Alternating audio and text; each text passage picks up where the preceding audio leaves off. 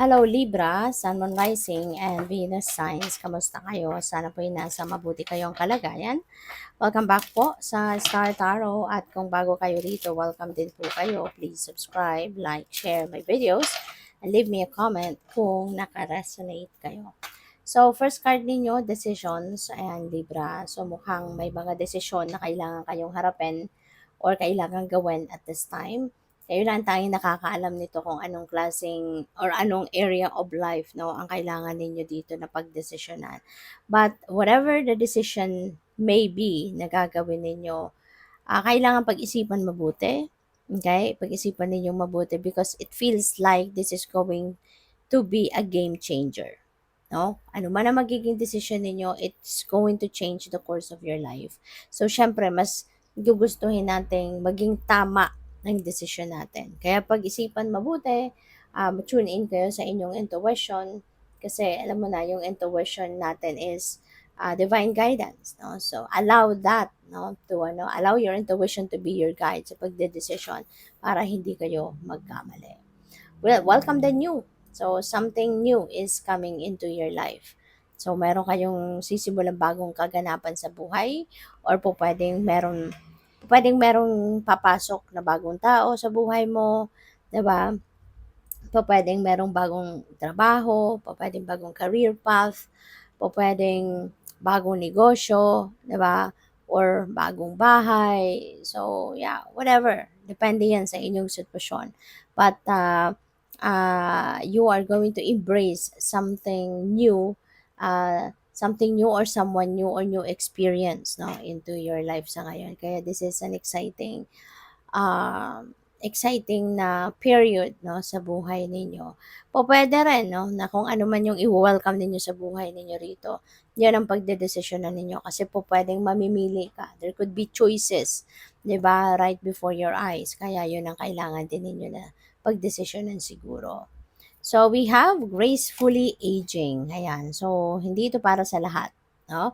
But yeah, for those of you na nagkakaedad na tayo, maaari no na mas maganda, no? Mas maganda ngayon ang ano ninyo, ang sitwasyon, mas maganda ang pakiramdam, mas healthier siguro kayo, mas inaalagaan ninyo yung sarili ninyo sa ngayon, 'di ba? Na as you age, parang doon kayo mas lalong nagiging stricto sa sarili ninyo to become healthy, to maintain, 'di ba, your healthy body, healthy minded spirit, yung ganun ba. At saka, you never stop learning, no? Hindi ibig sabihin kasi na nagkakaedad na tayo, parang wala na, isasara na natin ang pinto for learning. Pero kayo hindi, no?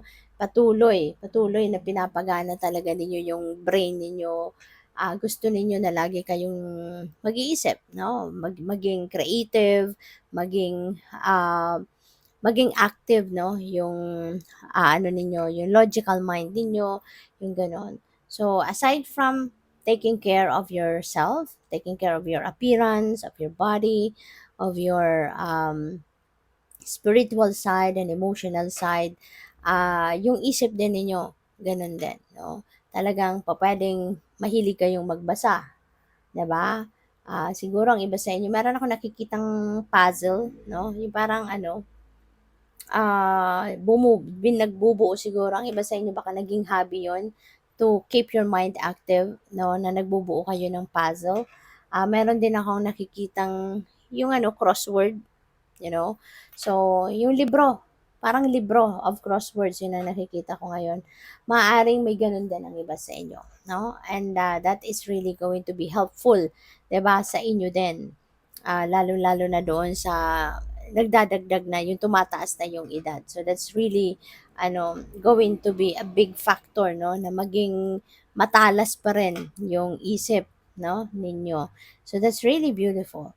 Kasi ngayon na mas lalong tumataas na ang edad ng iba sa inyo Libra, mas lalo kayong nagiging active din no sa pag-aalaga sa inyong sarili. So that's to keep you young, 'di ba? So napakaganda.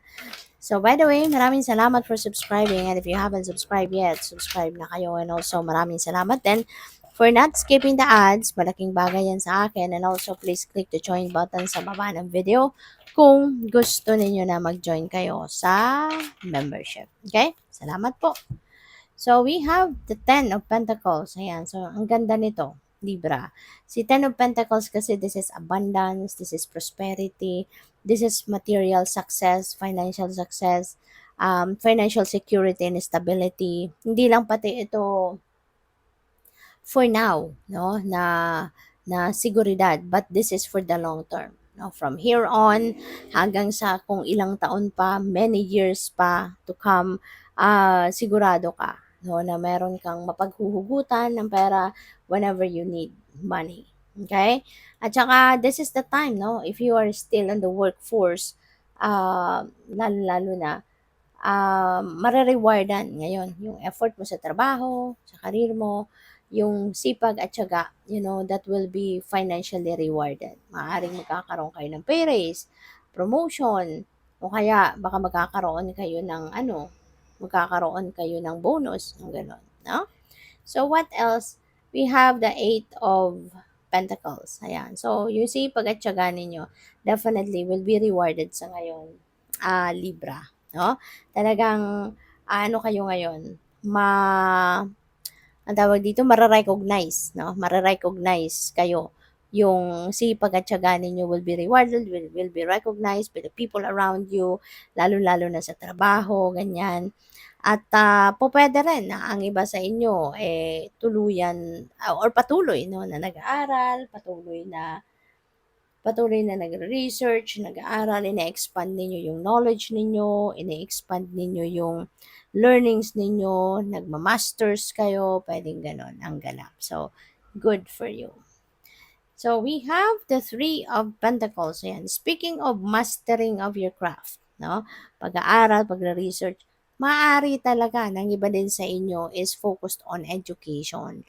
So, baka ang iba sa inyo patuloy, no, na nag-aaral, patuloy na nagiging curious, no, to learn many different things. Yung mga bagay na hindi ninyo nagawa or napag-aralan in the past, maaring sa ngayon gagawin ninyo yan. Ipagpapatuloy ninyo yung paghahangad na magkaroon kayo ng mas maraming knowledge, mas maraming alam sa iba't ibang larangan, sa iba't ibang bagay.